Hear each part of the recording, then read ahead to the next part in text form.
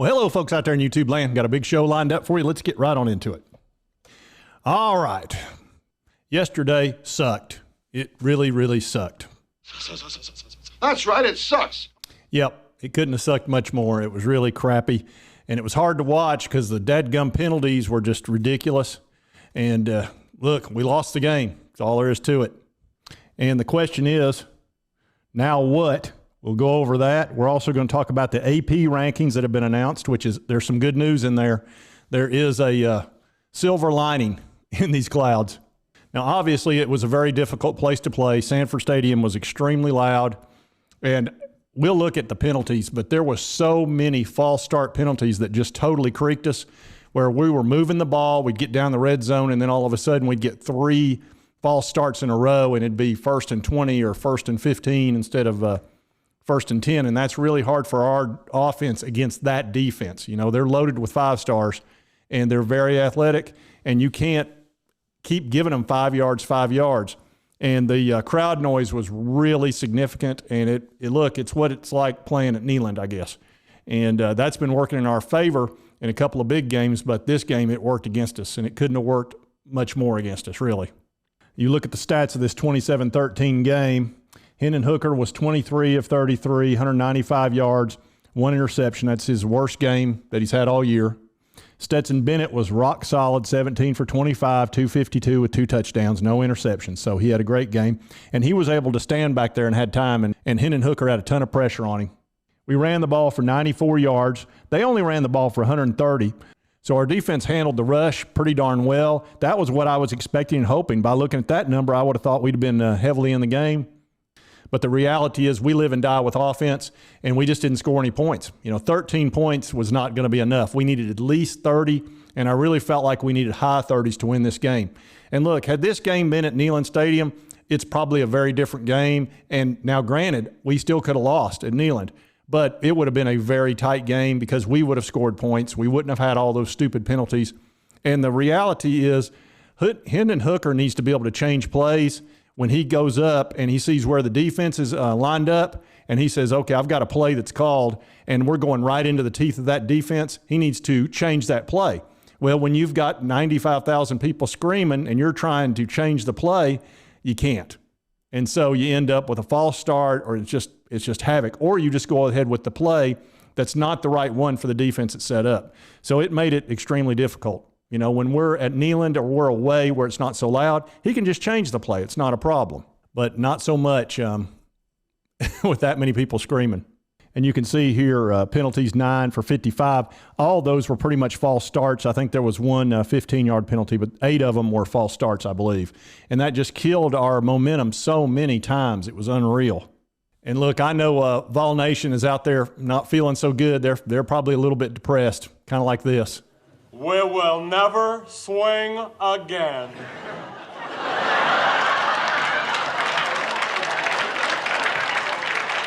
Yep, not so good.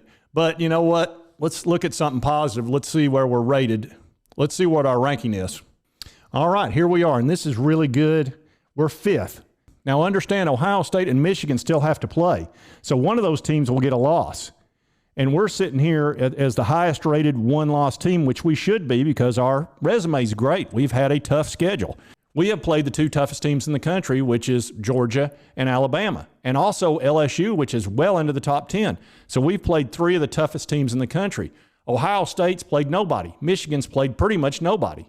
And that really helps us. TCU, who the crap have they played? A bunch of average top 50 teams, and that's about it. They haven't played anybody in the top 10 at all, and we've played 3. So I think we're in great shape for the college football playoff. The reality is we've got to win those last 3 games. And here are our last 3 games. We've got Missouri next Saturday at 12 o'clock. So we've got Missouri at Tennessee at 12 o'clock, a noon game. That's not ideal, but, you know, it is here. Then we've got a game at South Carolina. That could be a little tough because it's at South Carolina, but we should be able to handle them. And then, of course, we got Vanderbilt, and I'm not worried about Vanderbilt.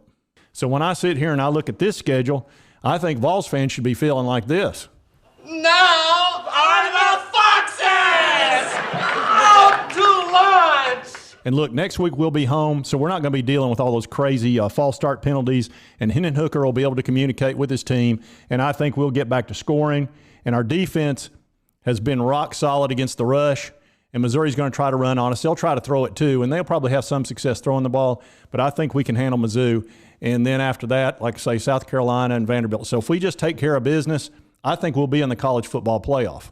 So if you want the truth, I think I'm entitled. You want answers. I want the truth. You can't handle the truth. yeah, well, the truth is we're fine. Look, we're 8-1. We got beat by the top team at their home. Okay, it was an away game in a very hostile environment. We got beat by 2 touchdowns, okay, 27-13. And we've played the toughest schedule in the country. And I tell you, when I look at that schedule, and you realize not only did we beat LSU, but we also beat Alabama. And Alabama in college football is basically beating Joe Louis. He beat Joe Lewis's ass. That's right, he did whoop Joe Louis' ass. Country. Who else has played Alabama and Georgia? Nobody, okay? And LSU. So we've had the toughest schedule in the country. We're 8-1, and we're doing great. So if we can take care of business, win these next 3 games, I think we're just fine. We're in the Final Four, and then anything could happen. And if we end up playing Georgia or any of the other teams, it won't be at their home. We'll be able to communicate. What we've got here is failure to communicate. That's right. We'll be able to communicate. It'll be fine. All right, folks. So, look, hey, we lost a game. We just need to get over it and move on. And we're in great shape on the rankings, and I think we're going to be okay. We're just going to have to dust ourselves off and play another game. Hey, it's really hard to go undefeated through an entire season. With our schedule, it's almost impossible. And look, this is Josh Heupel's second year. He's so far ahead of schedule, it's ridiculous. I didn't think we'd be here, best case scenario, till year 4. We're already here in 2 years. And Georgia's had the number 1 or number 2 ranked recruiting class for the last 7 years. We haven't even been in the top 10, and I can't remember when. And we're getting ready to probably wind up in the top 5, especially when you consider the transfers that'll end up coming to UT because they want to score, and they want to have fun, and they want some NIL money. So I feel real good about the season, and I feel good about the Vols. Look, you know what? We've had a little setback, but it wasn't the type of setback that's going to hurt us long term. If we end up in the playoff, it's fine. If you like this content, be sure to hit that like button. Lets me know to continue to cover the Vols. And if you haven't subscribed, hit that subscribe button. I've only been doing this a few months. I could use some subscribers. I sure could. Anyway, I hope you did like the content. We'll see you next time on Sports Talk Jay.